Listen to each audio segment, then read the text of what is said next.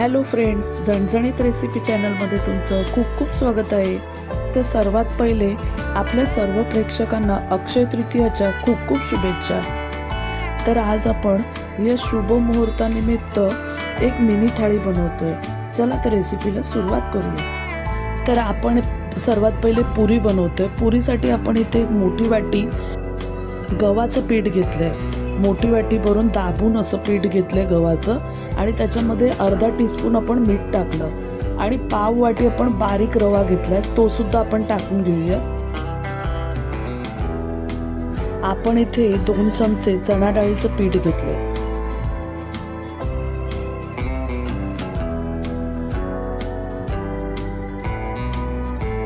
आपण इथे एक छोटा चमचा साखर घेतले. आता हे सर्व जिन्नस आपण चमच्याच्या साहाय्याने मिक्स करून घेऊया. मध्ये जागा करून 2 चमचे गरम तेलाचं मोहन घातलं. तेल चमच्याच्या साहाय्याने मिक्स करून घेतलं. आता तेलाच्या गुठळ्या चमच्याच्या साहाय्याने तोडून घेतल्या आणि आता हाताने पिठाला सगळ्या साईडला तेल चोळून घ्यायचं.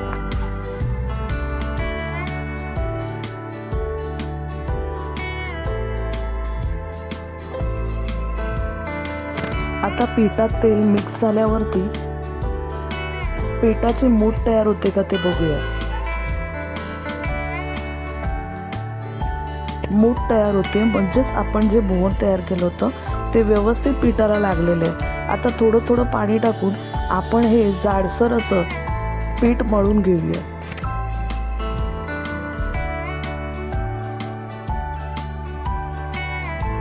आता आपलं पीठ मळून झालेलं आहे. आपण पिठाला वरून तेल लावून घ्यायचं आणि अर्ध्या तासासाठी पीठ झाकून ठेवायचं.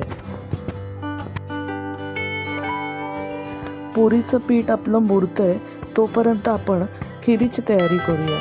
तर आपण इथे रोस्टेड सेव घेतले, जे अगोदरच रोस्ट केलेले असते. तर आपण इथे शेवया बारीक चुरा करून घेऊया.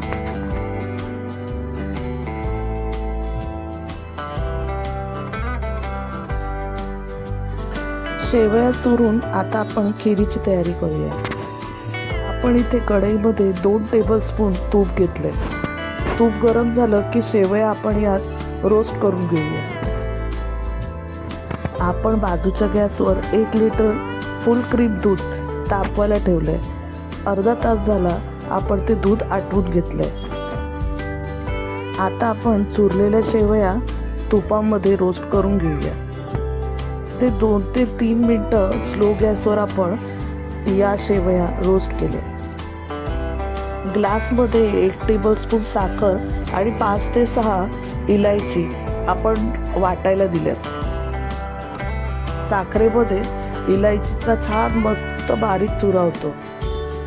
तर खलबत्त्याने आपण त्या इलायची वाटून घेऊया. तोपर्यंत आपलं दूध इथे आटलेलं आहे, बघू शकता. त्यात आपण या ज्या शेवया होत्या त्या टाकून घेतल्या. सतत ढवळत राहायचं, नाहीतर गुठळ्या तयार होतात.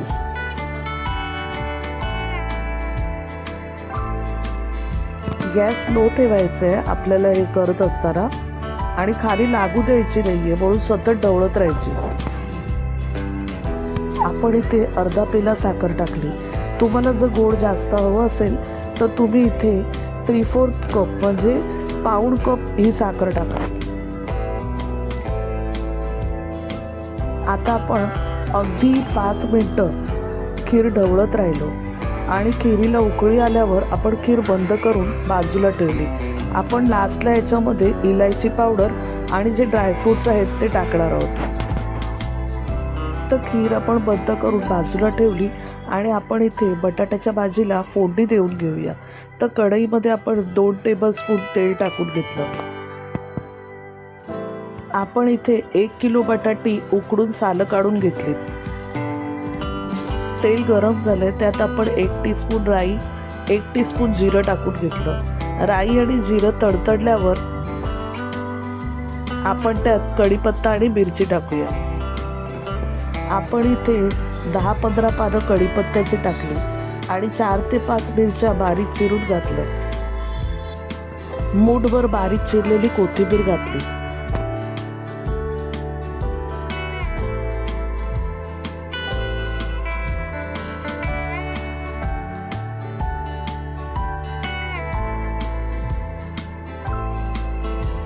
आपण इथे पाव चमचा हिंग घातला.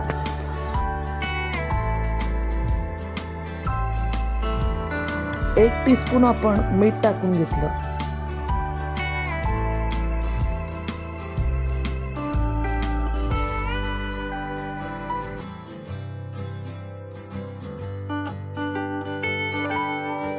आपण इथे 1 टीस्पून हळद टाकली. फोडणी छान परतून झाल्यावर बटाटी हाताने चुरून टाकूया.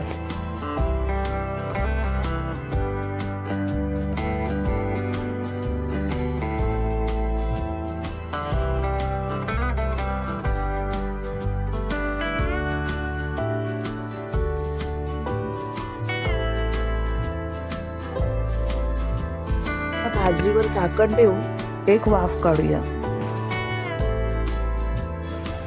5 मिनिटं झाकण ठेवून झाल्यावर भाजीला छान वाफ सुटली. आपली भाजी तयार झालेली आहे. आता आपली भाजी झालेली आहे. आता आपण पुरी करून घेऊया. आपण पुरीचं पीठ मळून ठेवलेलं अर्धा तास झाकून ठेवलं होतं ते आता परत एकदा मळून घेऊया तेल लावून आणि त्याचे बारीक बारीक गोळे करून घेऊया. एवढ्या पिठामध्ये आपल्या 14 गोळ्या म्हणजे 14 पुऱ्या तयार होतील. तर आता पुरी लाटायला घेऊया. पुरी कधीच पातळ लाटायची नाही, चपातीसारखी. पुरी जाड लाटायची, मग ती फुलते. तर आपण इथे जाड जाड अशाच पुऱ्या लाटून घेतल्यात. पीठ झटकून आपण साईडला काढून ठेवलं. त्यावर ओला कपडा ठेवायचा म्हणजे ते सुकत नाहीत आणि एकत्रच आपण सर्व पुऱ्या लाटून घेतल्या.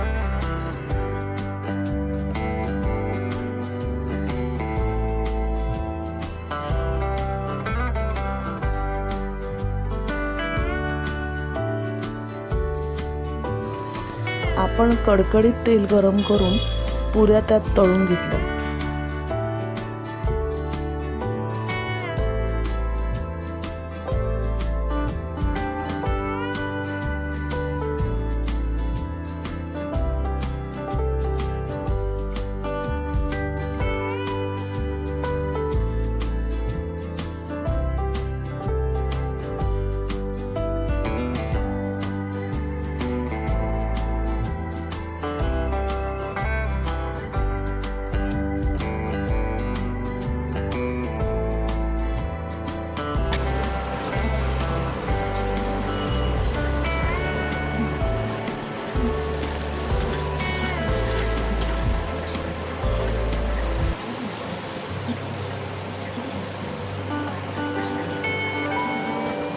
तुम्ही बघू शकता आपल्या पुऱ्या सगळ्या तळून झाल्यात. 1 तास होऊन गेला तरी आपल्या पुऱ्या तशाच्या तशा फुगलेल्या आहेत. खूप छान अशा आपल्या सॉफ्ट आतून आणि वरून एकदम क्रिस्पी अशा या पुऱ्या झालेल्या आहेत. तुम्हाला आपली जर ही रेसिपी आवडली तर नक्की बनवून बघा.